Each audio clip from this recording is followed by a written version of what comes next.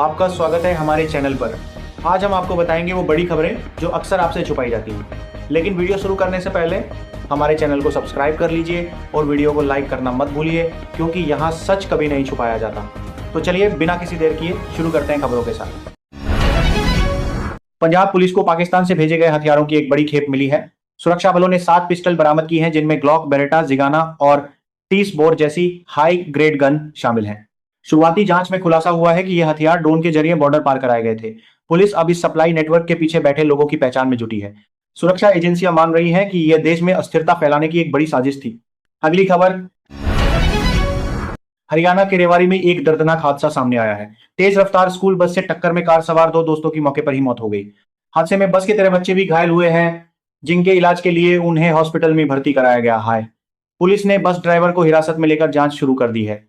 प्राथमिक जांच में पता चला है कि बस गलत दिशा से आ रही थी। अगली खबर, दिल्ली दंगा मामले में आज कोर्ट ने एक अहम फैसला सुनाया है। 6 आरोपियों को सभी आरोप साबित न होने पर बरी कर दिया गया है। अदालत ने कहा कि पुलिस पेश किए गए सबूतों से आरोप साबित नहीं कर पाई। इस फैसले के बाद मामले की जांच पर भी सवाल उठने लगे हैं। बरी हुए सभी आरोपियों ने कहा है कि उन पर लगाए गए आरोप बेबुनियाद थे। अगली खबर, अब की विधायक राजा भाइया को दिल्ली की अदालत से बड़ी राहत मिली है। कोर्ट ने उनके खिलाफ दाखिल आरोप पत्र पर संज्ञान लेने से साफ इनकार कर दिया है। अदालत का कहना है कि शिकायत और आरोप पत्र में कार्रवाई के लिए पर्याप्त आधार नहीं मिला। इस फैसले को राजा भाइया के लिए एक महत्वपूर्ण कानूनी राहत माना जा रहा है। अब मामला दोबारा आगे बढ़ेगा या नहीं, ये अगली सुनवाई में तय होगा। अगली खबर, दिल्ली पुलिस के डाटा ने एक चौंकाने वाला खुलासा किया है। जनवरी 2026 के पहले 15 दिनों में 800 से ज्यादा लोग लापता दर्ज किए गए हैं। सबसे ज्यादा मामले नॉर्थ आउटर और रोहिणी जिले से आए हैं। पुलिस का कहना है कि कई लोग घर छोड़कर खुद भी चले जाते हैं, लेकिन कुछ मामलों में जांच जारी है। बढ़ते आंकड़ों ने राजधानी की लॉ ऑर्डर व्यवस्था पर नए सवाल खड़े कर दिए हैं। अगली खबर,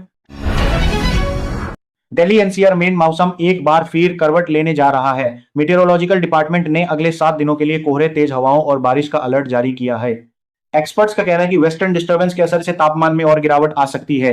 सुबह शाम सफर करने वालों को खास सावधानी बरतने की सलाह दी गई है। बदलते मौसम ने राजधानी में ठिठुरन बढ़ा दी है। अगली खबर, दिल्ली के कनॉट प्लेस से एक दिल दहला देने वाला मर्डर सामने आया है।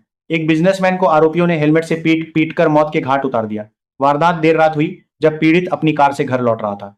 सीसीटीवी फुटेज में 3 हमलावर साफ दिखाई दे रहे हैं, जिनकी तलाश में पुलिस ने कई टीमें लगा दी हैं। इस सनसनीखेज हत्या ने दिल्ली की सुरक्षा व्यवस्था पर फिर बड़े सवाल खड़े कर दिए हैं। अगली खबर, साफ हवा को लेकर इस बार भी बजट में निराशा मिली है। पिछले साल की तुलना में इस साल क्लीन एयर मिशन के लिए और भी कम फंड रखा गया है। एक्सपर्ट्स का कहना है कि फंडिंग घटने से प्रदूषण नियंत्रण के एफर्ट्स गंभीर रूप से प्रभावित हो सकते हैं। दिल्ली एनसीआर समेत बड़े शहर पहले ही खराब हवा से जूझ रहे हैं। विशेषज्ञों ने सरकार को चेताया है कि अगर तुरंत कदम न उठे तो प्रदूषण का खतरा आगे और बढ़ेगा। अगली खबर, दिल्ली जाल बोर्ड पर एक बार फिर सवाल उठने लगे हैं। इस साल के लिए मिले करीब 9 करोड़ के बजट में से बोर्ड बेहद कम रकम ही खर्च कर पाया है। रिपोर्ट्स के मुताबिक कई जरूरी वाटर प्रोजेक्ट्स फाइलों में ही अटके रह गए। एक्सपर्ट्स का कहना है कि फंड का उपयोग न होना दिल्ली के पानी संकट को और बढ़ा सकता है। अब सरकार ने डीजेबी से डिटेल एक्सप्लेनेशन मांगा है। अगली खबर,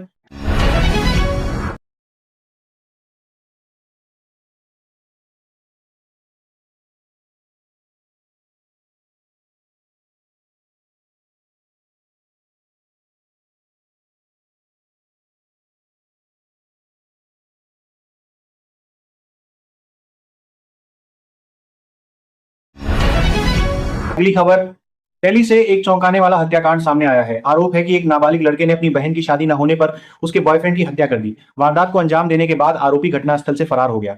पुलिस के मुताबिक मामले की जड़ पारिवारिक तनाव और लगातार बढ़ते विवाद थे। फिलहाल पुलिस ने मामला दर्ज कर लिया है और आरोपी की तलाश जारी है।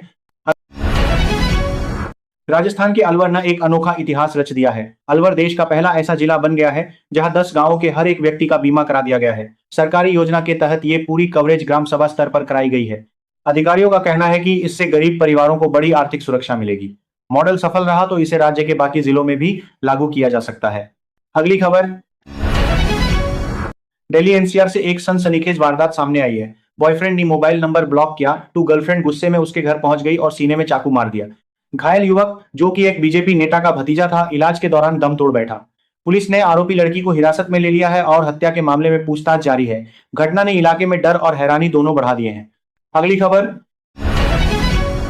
बिहार सरकार का नया बजट कई सवालों के साथ आया है। राज्य की आय का बड़ा हिस्सा इस बार भी केंद्रीय फंड पर निर्भर दिख रहा है। एक्सपर्ट्स का कहना है कि इतनी ज्यादा डिपेंडेंसी से बिहार की विकास योजनाओं पर दबाव बढ़ सकता है। कई महत्वपूर्ण सेक्टरों को मिले एलोकेशन पर भी सवाल उठे हैं। अब देखना होगा कि सरकार इन चुनौतियों से निपटने के लिए क्या ठोस कदम उठाती है। अगली खबर,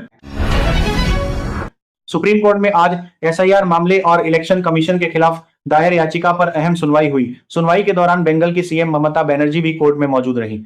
मामला चुनाव प्रक्रिया और प्रशासनिक पारदर्शिता से जुड़े मुद्दों को लेकर है। इधर सीएम की एजुकेशनल बैकग्राउंड भी चर्चा में रही, जिसमें बताया गया कि उन्होंने कोलकाता यूनिवर्सिटी से हायर एजुकेशन हासिल की है। अब अगली तारीख पर कोर्ट अपना विस्तृत आदेश दे सकता है। अगली खबर,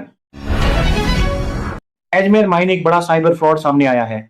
कलेक्टर के नाम से एक फर्जी व्हाट्सएप अकाउंट चलाया जा रहा था जो लोगों से संपर्क कर रहा था। जांच में पता चला कि यह अकाउंट किसी इंटरनेशनल नंबर पर रजिस्टर है।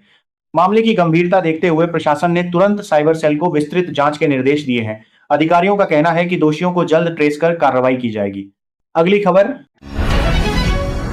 यमुना में बिना ट्रीट किया हुआ सीवर पानी डाले जाने पर सीपीसीबी ने सुप्रीम कोर्ट में अपनी रिपोर्ट पेश की है। रिपोर्ट में साफ लिखा है कि कई एसटीपी अभी भी क्षमता के अनुसार काम नहीं कर रहे, इसके कारण गंदा पानी सीधे नदी में जा रहा है। सुप्रीम कोर्ट आज इस मामले की सुनवाई करेगा, जहां राज्य सरकारों से जवाब भी मांगा जा सकता है। प्रदूषण नियंत्रण को लेकर कोर्ट पहले ही कड़े निर्देश दे चुका है। अगली खबर, लखनऊ से एक गंभीर मामला सामने आया है। शेहरा मुनावर राणा की बेटी ने आरोप लगाया है कि उसे 3 तलाक देकर घर से निकाल दिया गया। पीड़िता का कहना है कि उसके साथ मारपीट की गई और दहेज उत्पीड़न भी किया गया। पुलिस ने शिकायत के आधार पर पति और ससुराल पक्ष के खिलाफ केस दर्ज कर लिया है। फिलहाल मामले की जांच जारी है और पीड़िता को सुरक्षा मुहैया कराई गई है। अगली खबर, बिहार बजट सेशन में आज तीखी राजनीति देखने को मिली। जेडीयू के एक विधायक ने असेंबली में सवाल उठाया कि नरसंहार गिनाने वाले सीपीआई एमएल के नेता अब लालू प्रसाद के साथ कैसे खड़े हैं। बहस के दौरान दोनों नेताओं के बीच जमकर तकरार हुई। मामला पुराने राजनीतिक आरोपों और आज की गठबंधन राजनीति से जुड़ गया। सत्र के दौरान स्पीकर को कई बार सदन को शांत कराना पड़ा। अगली खबर, वाराणसी में एसटीएफ ने 1 लाख के इनामी अपराधी बनारसी यादव को मुठभेड़ में ढेर कर दिया है। बनारसी महेश गौतम हत्याकांड का मुख्य आरोपी था और लंबे समय से फरार चल रहा था। एसटीएफ टीम ने उसे पकड़ने के लिए खास ऑपरेशन चलाया, जिसमें उसने फायरिंग की और जवाबी कार्रवाई में मारा गया। घटना के बाद इलाके में सुरक्षा बढ़ा दी गई है। पुलिस अब उसके पूरे नेटवर्क की जांच में जुटी है। अगली खबर, राजस्थान असेंबली में आज रविंद्र सिंह भाटी ने सरकार पर तीखा हमला बोला। उन्होंने कहा कि जब तक नेताओं के बच्चे सरकारी स्कूलों में नहीं पढ़ेंगे तब तक शिक्षा व्यवस्था में सुधार संभव नहीं है। पार्टी के इस बयान से सदन में हलचल मच गई और कई विधायक असहज नजर आए। उन्होंने आरोप लगाया कि सिस्टम आम लोगों के लिए अलग और नेताओं के लिए अलग चलता है। शिक्षा व्यवस्था पर बहस पूरे सत्र में छाई रही। अगली खबर, मीरठ से एक बड़ी कार्रवाई की खबर है। स्वाट टीम ने एक अवैध पिस्टल फैक्ट्री पर छापा मारकर पूरे नेटवर्क का भंडाफोड़ किया है। मौके से कई अदबनी पिस्टलें और भारी मात्रा में हथियार बनाने का सामान मिला। पुलिस ने 2 आरोपियों को गिरफ्तार कर लिया है जो काफी समय से ये गैरकानूनी कारोबार चला रहे थे। अब टीम इनके सप्लाई नेटवर्क और कनेक्शन की जांच कर रही है। अगली खबर, राजस्थान से जुड़ी एक बड़ी खबर सामने आई है। 3 करोड़ रुपए की धांधली मामले में पकड़े गए पूर्व विधायक बलजीत यादव का पुराना बयान फिर चर्चा में है। एक बार उन पर 100 रुपए रिश्वत मांगने का आरोप लगा था, जिस पर उन्होंने कहा था कि मैं ऐसी छोटी मोटी रकम के चक्कर में नहीं पड़ता। अब नया मामला सामने आने के बाद उनका यही बयान सवालों में घिर गया है। जांच एजेंसियां वित्तीय अनियमितताओं की जांच आगे बढ़ा रही हैं। आज अगली खबर, दिल्ली में एक इवेंट के दौरान चिराग पासवान और कंगना रनौत फिर एक साथ नजर आए। दोनों की पुराने दोस्तों वाली केमिस्ट्री ने वहां मौजूद लोगों का ध्यान अपनी ओर खींच लिया। सोशल मीडिया पर भी उनकी मुलाकात की तस्वीरें वायरल होने लगी हैं। कई लोग इसे एक सामान्य मुलाकात बता रहे हैं, जबकि कुछ इसे राजनीतिक चर्चा से जोड़कर देख रहे हैं। फिलहाल दोनों की तरफ से इस मुलाकात पर कोई बयान नहीं आया है। अगली खबर, महाराष्ट्र की राजनीति में एक बड़ा खुलासा हुआ है। रिपोर्ट्स के मुताबिक शरद पवार राजनीति छोड़कर मार्गदर्शक की भूमिका निभाने को तैयार थे, लेकिन इसके लिए उन्होंने अजित पवार के सामने कई शर्तें रखी थी। माना जा रहा है कि इन शर्तों में पार्टी संरचना, नेतृत्व और कुछ महत्वपूर्ण फैसलों पर उनका अंतिम अधिकार शामिल था। समझौता न बनने के कारण बातें आगे नहीं बढ़ सकी। राजनीतिक गलियारों में इस खुलासे पर तेज चर्चाएं जारी हैं। अगली खबर, मुंबई पुणे एक्सप्रेसवे पर भीषण जाम ने लोगों की रात काली कर दी। सुबह के 4 बज रहे हैं और जाम को 15 घंटे से ज्यादा हो चुके हैं। सैकड़ों लोग गाड़ियों में फंसे रहे, कई तो थककर रो पड़े। हैवी वाहन और लगातार बढ़ते ट्रैफिक के कारण हालात बेकाबू हो गए। पुलिस ने कहा है कि रास्ता खोलने के लिए लगातार कोशिशें जारी हैं। अगली खबर, बनाउन से एक हैरान करने वाली लापरवाही सामने आई है। गंगा एक्सप्रेसवे के नीचे लगे दिशा सूचक बोर्ड गलत निकले, जिसके कारण राहगीर लगातार भटक रहे हैं। कई वाहनों को उल्टी दिशाओं में भेज दिया गया, जिससे हादसों का खतरा भी बढ़ गया। स्थानीय लोगों ने शिकायत की तो प्रशासन ने जांच के आदेश दिए हैं। अब पीडब्ल्यूडी टीम बोर्डों को सुधारने में जुट गई है। अगली खबर, उत्तराखंड सरकार ने बड़ा फैसला लेते हुए मदरसा बोर्ड को खत्म कर दिया है। उसकी जगह 1 जुलाई से नया अल्पसंख्यक शिक्षा प्राधिकरण लागू होगा। सरकार का कहना है कि इससे माइनॉरिटी शिक्षा व्यवस्था को ज्यादा पारदर्शी और व्यवस्थित बनाया जा सकेगा। नए सिस्टम में मदरसा रजिस्ट्रेशन, सिलेबस और मॉनिटरिंग की पूरी प्रक्रिया बदल जाएगी। फैसले के बाद राज्य में इस बदलाव को लेकर बहस तेज हो गई है। अगली खबर, हरियाणा की भजनलाल सरकार ने अपराधियों और नशे के सौदागरों पर बड़ा क्रैकडाउन शुरू कर दिया है। सरकार ने साफ कहा है कि अब ऑर्गेनाइज्ड क्राइम और ड्रग माफिया की कोई खैर नहीं। नई नीति के तहत संपत्ति जब्ती, तेज गिरफ्तारी और सख्त निगरानी जैसे कदम लागू किए जा रहे हैं। पुलिस को भी बड़े पैमाने पर कार्रवाई के निर्देश दे दिए गए हैं।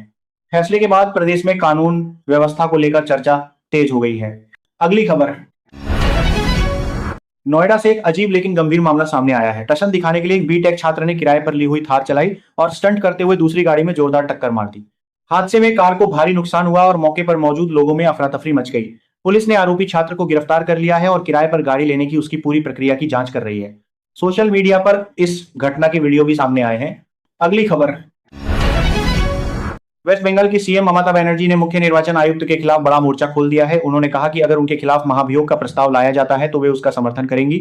ममता बनर्जी का आरोप है कि चुनाव प्रक्रिया में पक्षपात हुआ है और कमीशन ने कई गंभीर शिकायतों पर कार्रवाई नहीं की। उनके इस बयान से राजनीतिक हलचल तेज हो गई है। अब नजर इस बात पर है कि विपक्षी दल इस मुद्दे पर क्या रुख अपनाते हैं। अगली खबर,